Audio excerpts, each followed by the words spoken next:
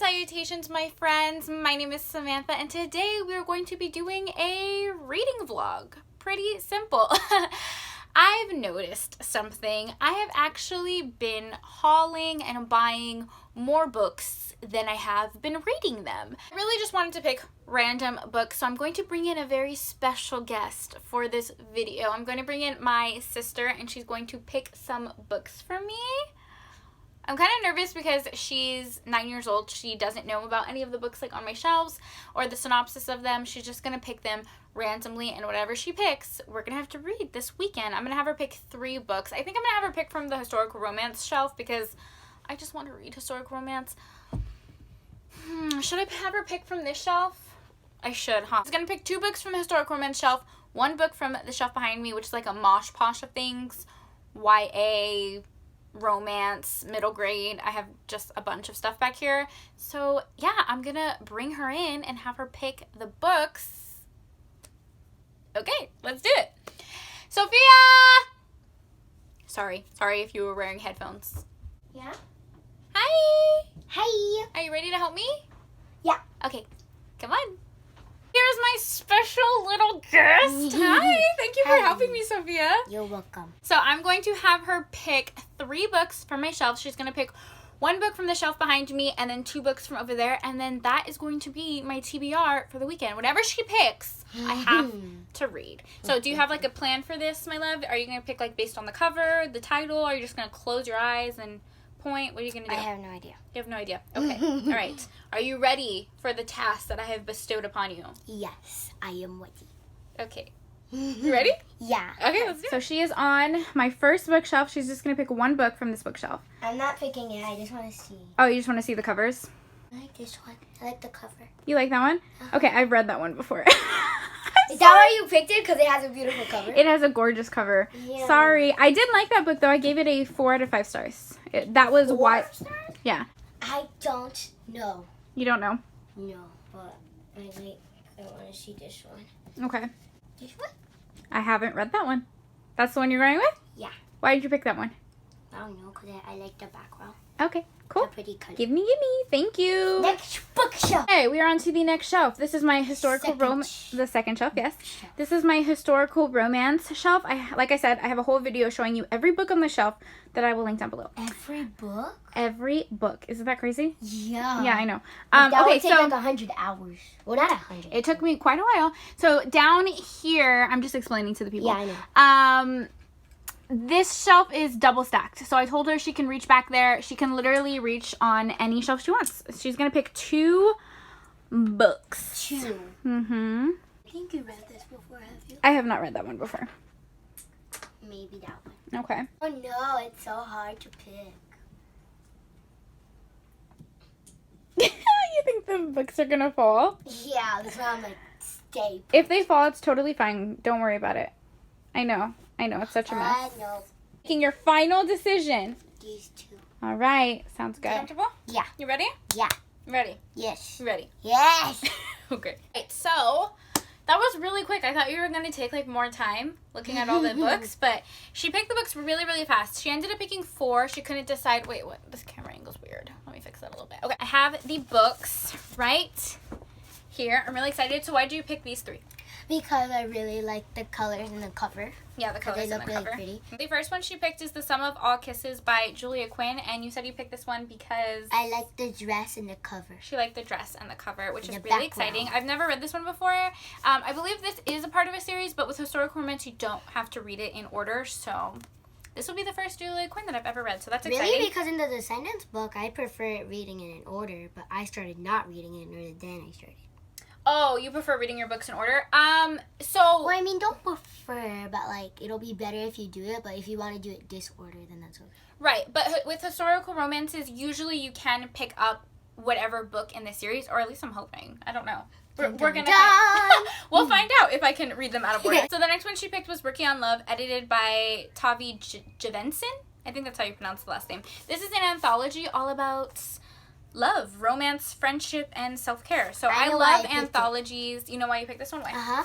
Because 1, I like the colors in the background. Mm-hmm. And 2, it has 2 hands and we are 2 sisters. Oh my my god, that was so perfect. And then the last one she picked is Waking Up with the Duke by Lorraine Heath. This is another one that's a part of a series, so we'll see if I can read it. And I think it's fine. It's fine if we read it out of order. And I'm so happy you picked this one, Sophia, because it's like floppy and like so just pretty. Is that why you picked this one? Because it's pretty?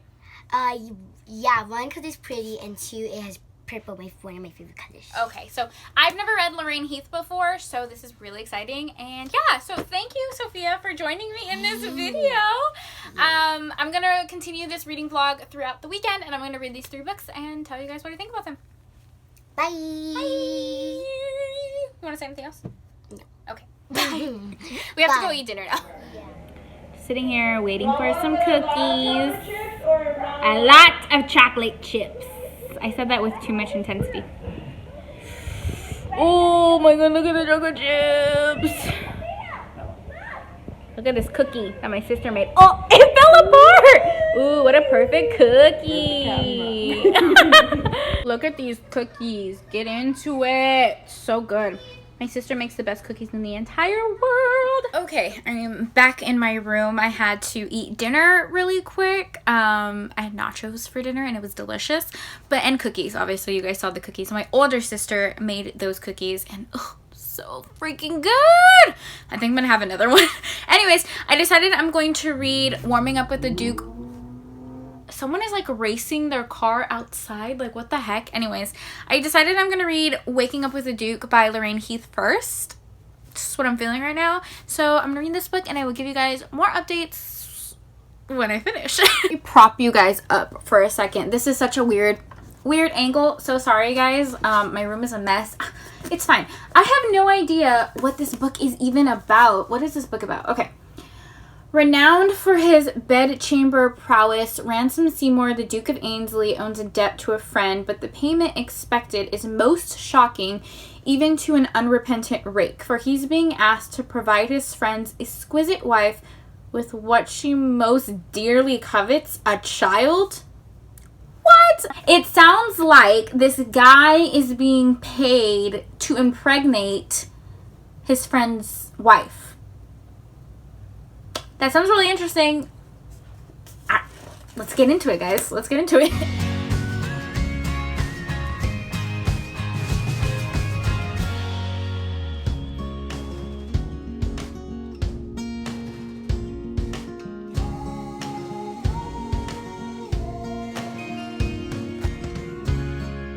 Hello. We are here for an update. It is Sunday. We started this reading vlog like Friday night, more so Saturday morning, because that's when I started reading all the books.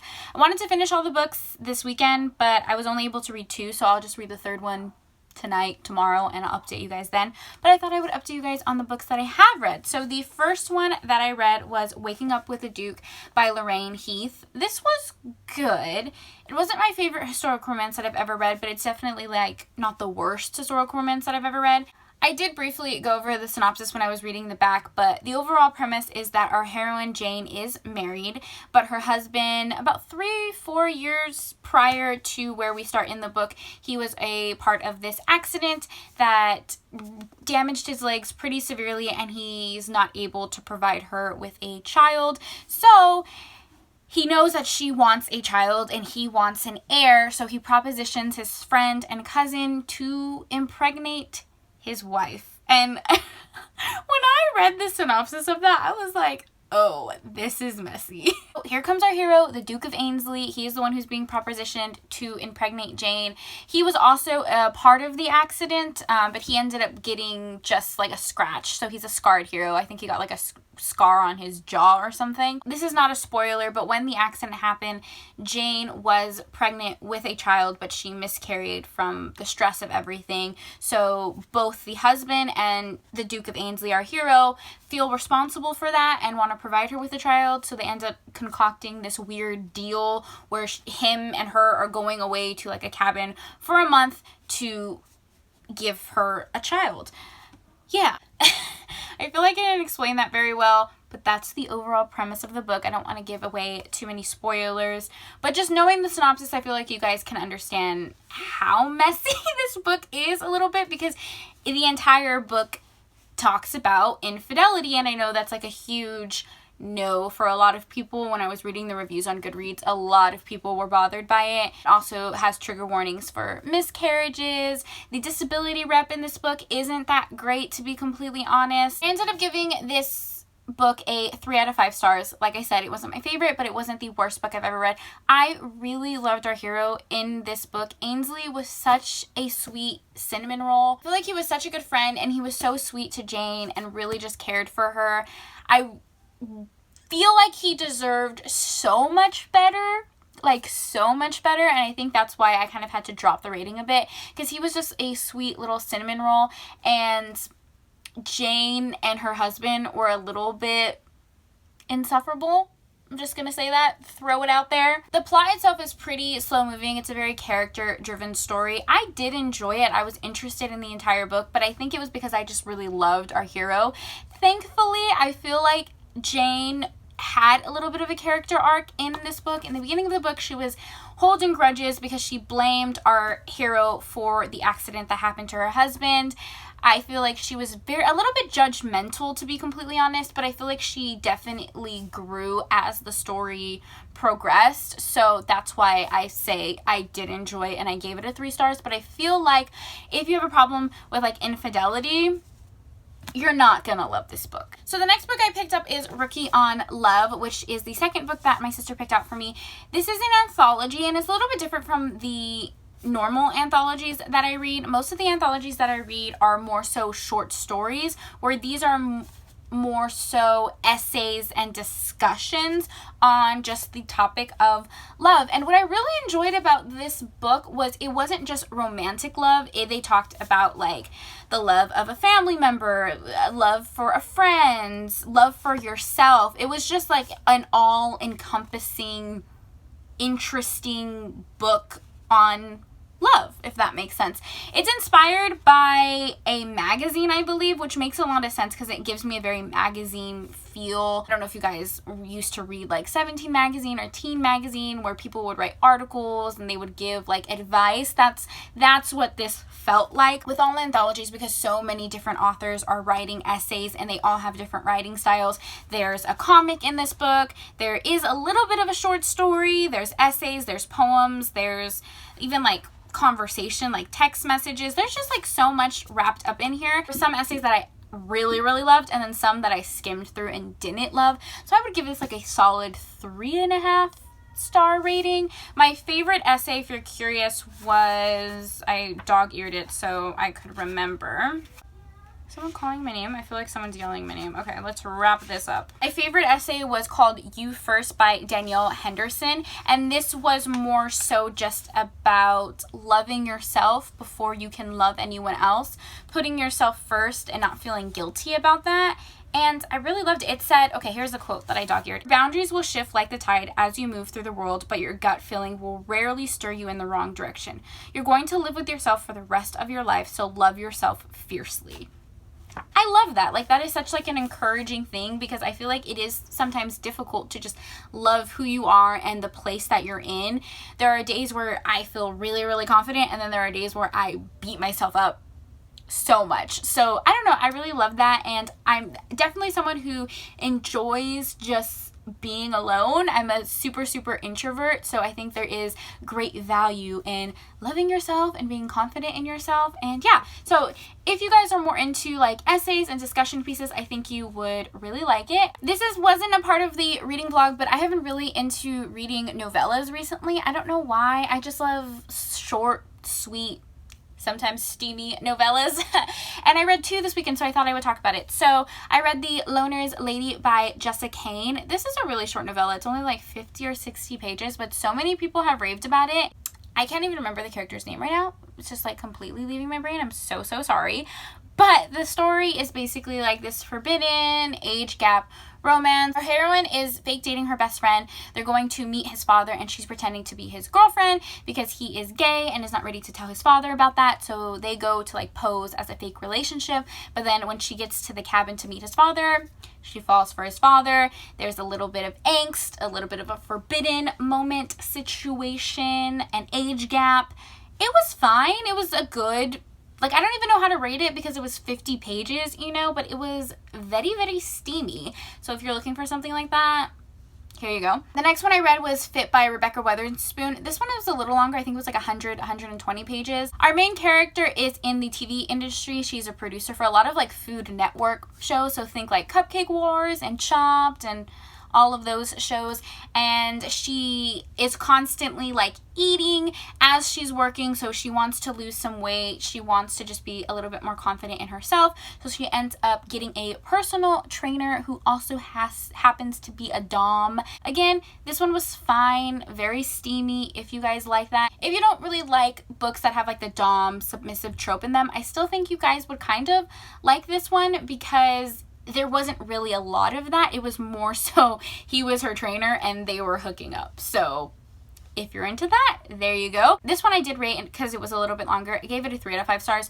Wasn't my favorite novella I've ever read, but it was pretty good. Those are all of my updates. I'm going to read The Sum of All Kisses by Julia Quinn. This is my first Julia Quinn that I've ever read before.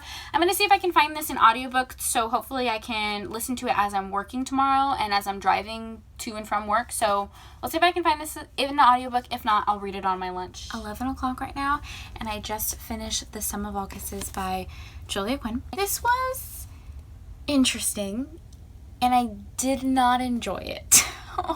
I feel so bad saying that because I know so many people love Julia Quinn.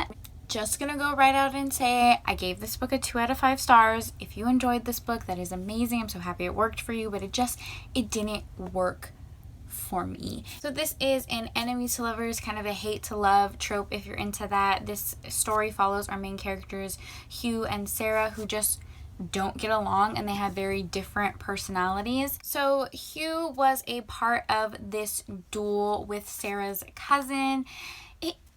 The reason for this duel is so stupid, like so dumb, which, I mean, during this time, I know that people would go to duels for the most littlest things, but basically, Hugh is a mathematician and he's an amazing card player. Nobody can beat him at cards.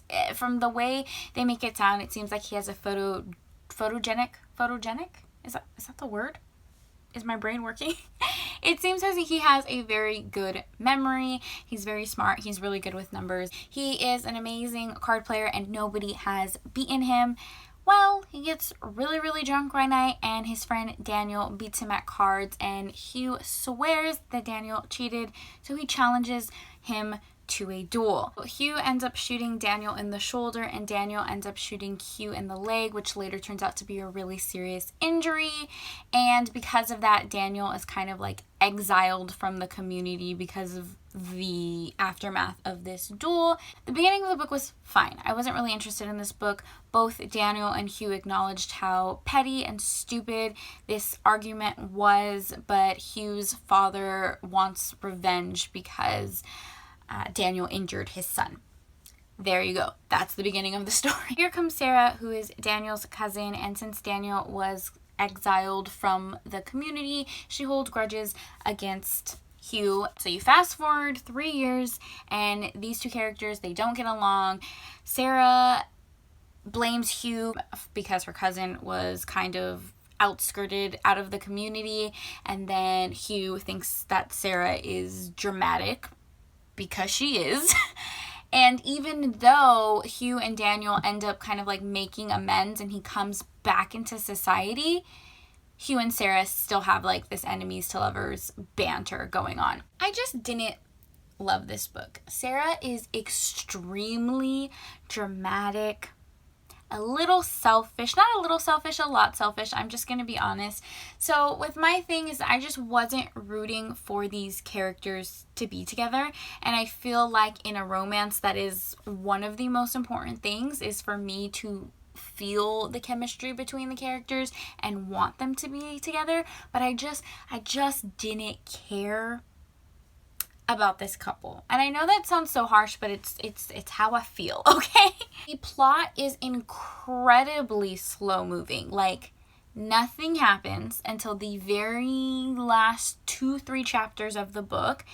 And what happens in the last couple of chapters is so far-fetched, so far-fetched. The conflict in this book was very low stakes to me and instead was just very unbelievable. Didn't really fit into the plot of the story. Hugh's injured leg is like a huge part of the story, and I did like how that was kind of interwoven in the story. It was kind of nice to get a softer hero. It was much more like intellectual. Like I said, he's a mathematician. That was like a huge part of the story. So I did enjoy him. I just didn't love them together.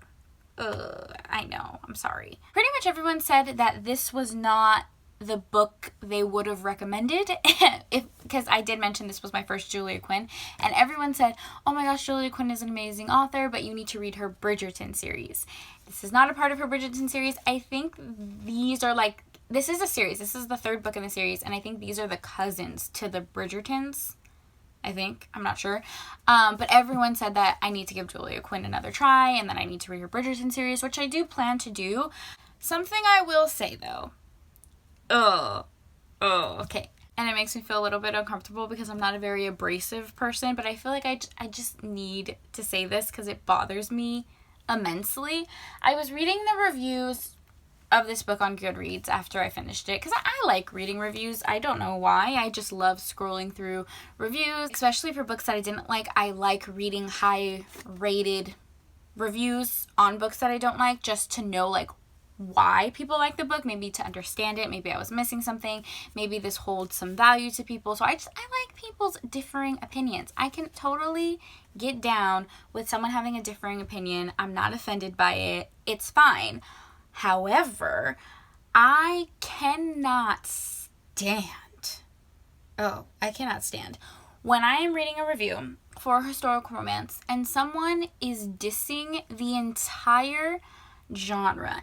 And what I mean by that is I read not one, not two, but 3 reviews back to back for this book that weren't even reviews on the book itself, but were just, okay, how do I explain this? To call the entire historical romance genre cheesy based on one book is doing a very big disservice to the genre as a whole. If you don't like historical romance, that is completely fine, but that doesn't necessarily mean you get to discredit it for other readers. It doesn't mean that it's any less valid than your favorite genre like fantasy, classics, etc., etc. I know I have talked about this topic before. I did a whole video on it, but again, it just continuously comes up that people feel like they can just, they can do whatever they want. They can do whatever they want. Everyone has their own opinions, but it just baffles me that people will go leave reviews on historical romance or romance in general saying like, oh, this is just a stupid romance, and you haven't even read the book. And I'm like, what? Or, oh my gosh, what really gets me is when people like the book, okay? When people give the book 5 stars and then they turn around and are like, I was never gonna pick up this book because the cover was so cheesy and I can't believe that I liked a romance. And I'm like, you like the book, but then you're going to turn around and say that you can't believe that a romance actually had good content in it. I have no problem if people don't like historical romance. None whatsoever. That is their opinion. But why would you leave a review on a book just dissing the cover, dissing historical romance entirely without reading a lot of historical romance, making it feel like historical romance is this guilty pleasure? Let's just throw away that term. There is nothing guilty about enjoying historical romance. Doesn't matter if it has a sexy step back, doesn't matter if it has a steamy cover, doesn't matter if it's a happy ever after. There is no guilty pleasure about it. It's just a book that people enjoy, just like fantasy, just like literal fiction or classic. And I'm not a confrontational person, so it makes me a little sweaty under the armpits to be going so hard on this, but I feel like it just needs to be said, you know? I don't want to call anyone out, but I want to read this little snippet of a review, so hopefully you guys can understand what I'm saying. So this person was saying that Julia Quinn is a hit or miss author for them. They like some books from her, other books they don't like. I feel like for an author who writes so many books, that kind of just happens, right? You don't have to love everything by one author. It's fine. But this review said something. Okay, I wrote it down because I was just like, what? So this is what this person said. And again, I'm not trying to call anyone out. I'm really not. I don't like being confrontational. I'm so sorry if I'm offending anyone. I hope my thoughts and opinions are coming across clear, concise, and respectful, as always. But I'm going to read you this snippet, and hopefully you guys can understand why it bothers me when people make these comments about historical romances, or romances in general. So this person said, I have always scorned historical romance novels. Okay. Until I reached one of her books, Julia Quinn, one day, thinking the premise looked interesting and, well, she's a Harvard graduate, so surely it's less shameful to read a romance novel by someone so pedigreed.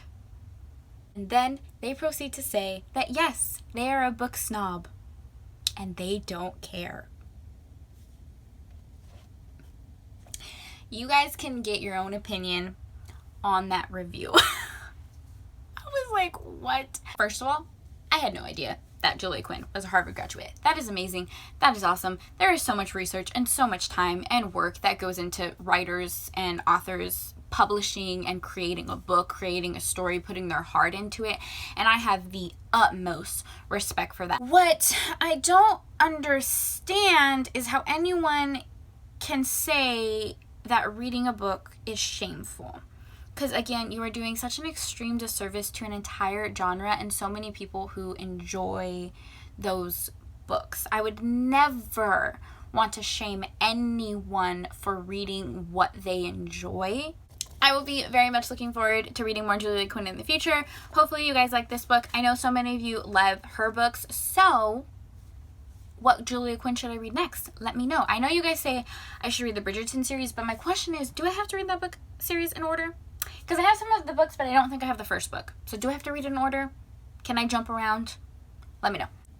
I know I ranted towards the end. I really hope no one's mad at me. I wasn't trying to be rude or anything like that, but I just wanted to bring forth attention to the fact that we do not have to shame historical romance. We don't have to call it a guilty pleasure. We don't have to scorn it. None of those things. We don't have to do it. It's okay if you don't like historical romance, but you don't have to shame an entire genre because many people enjoy reading those books and it is completely valid. Yeah. And that goes for every other genre. I'm just talking about romance, but that goes for every genre. Fantasy, classic literature, sci-fi, novellas, smut. It's all valid. Just because it's not your cup of tea doesn't mean it's not someone else's. Okay? Okay, great. So first I read Waking Up with the Duke by Lorraine Heath, which was a 3 out of 5 stars. Pretty good. Interested to read more from the author. We read Rookie on Love, which was an anthology. I gave this a 3.5 out of 5 stars. Maybe a 4 stars. There were some essays I liked in this, some essays that I didn't like, which I feel like just happens with anthologies. I think you guys know how I feel about The Sum of All Kisses by Julia Quinn. I gave this a 2 out of 5 stars, but I will be reading more from the author. I also read 2 novellas this weekend. Those were okay too. I feel like this weekend's reading, I read a lot of books. I read 5 books, but they were all average, you know, which is fine. It's the way the cookie crumbles sometimes. I will probably bring in more special guests to pick my TBR because it just helps me to read books that are on my shelves instead of constantly buying more books. I'm gonna always buy more books, but I need to be reading them too. So this was fun. I hope you guys enjoyed this video. Thank you so much for taking time out of your day to spend time with me. It means the world to me, and I'll see you guys next time. Bye!